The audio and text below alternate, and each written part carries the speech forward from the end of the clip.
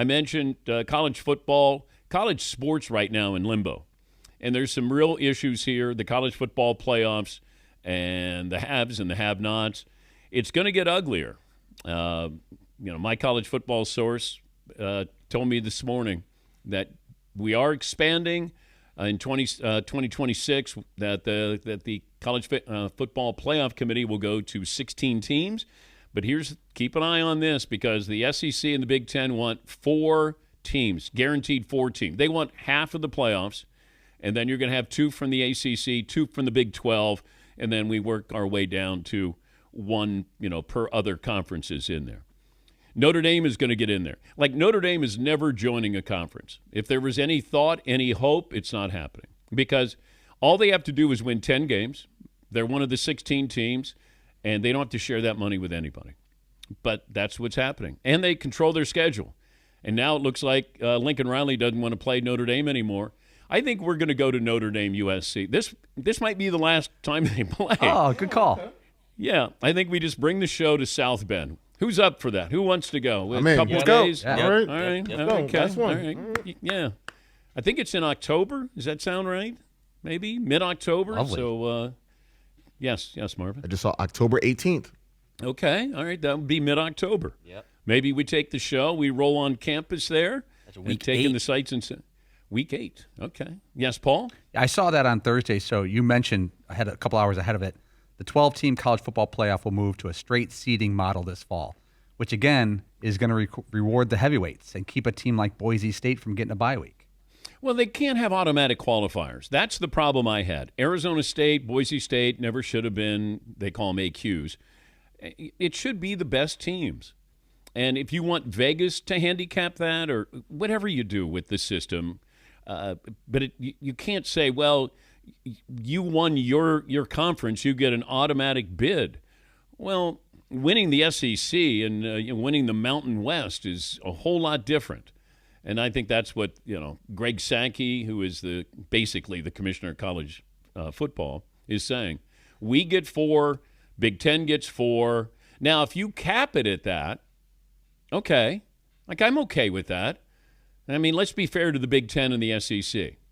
But, the SEC, maybe there's a 9th conference game. Well, they don't want to do a 9th conference game if it means that could knock you out of the playoffs. If you have a 9th and you're guaranteed 4 teams and you're one of the 4, then you're going in. But, I saw where Nebraska canceled theirs with Tennessee. I think they had a game with Tennessee. I want more of those games. I don't want Wofford in there. I want to make sure that, and this is why I wish that you could have somebody who does scheduling like the NFL does. And let's say you did scheduling. Now, you can't do it for, 100 teams, but it would be great to have that where you have a schedule release party where you find out who's playing who, where they're playing, and maybe we'll get there. Well, we will get there, hopefully in my lifetime. Yes, Paul. Dan, you said you couldn't have someone do that. You really probably could with college football, because if you left the 9 games, let's say everybody plays 12 regular season games. 9 of them are kind of automated with the conference. That person who's doing the scheduling is really scheduling September. They're really maybe an extra game in November, that bye week. But if you said that the out-of-conference schedule will be run by a central office, everybody wins. Yeah, but I wonder about NIL or the transfer portal. That, let's say I think that this school is going to be really good next year and they end up losing 5 players, or they lose their quarterback. Then it's harder, I think, to say, boy, that would have been a great matchup last year. But I hope we get a schedule maker. That would be great. If you think about it, college football would be these matchups would not be based on, hey, we need a sacrificial lamb. Hey, we're playing our big rival the following week. If you're playing 12 games, let's play great schedules here. And I know that who's going to be hurt most is the smaller schools, because their athletic budget might depend on losing to Alabama by 50. I understand that. But college football's got to decide, like, what are you? Like, what do you want to be? Because we keep trying to stay behind this student-athlete mask, and it's not there anymore. This is big business, treat it as big business, and then decide what you're going to do with the other programs. I still think relegation would be awesome. I think having a major one person or a group that schedules games for everybody, that would be fun as well.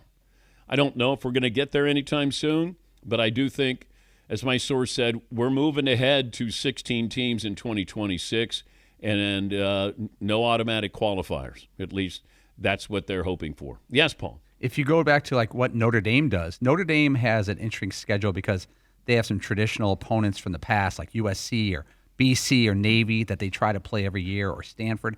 But Notre Dame football next year opens at the Miami Hurricanes. Then they have Texas A&M at home, Purdue at home, which is traditional. Then they're at Arkansas, where you're like, well, Arkansas, it's still an SEC school, and they're not playing, Ferris State. No offense. But that's a pretty tough schedule. It's creative.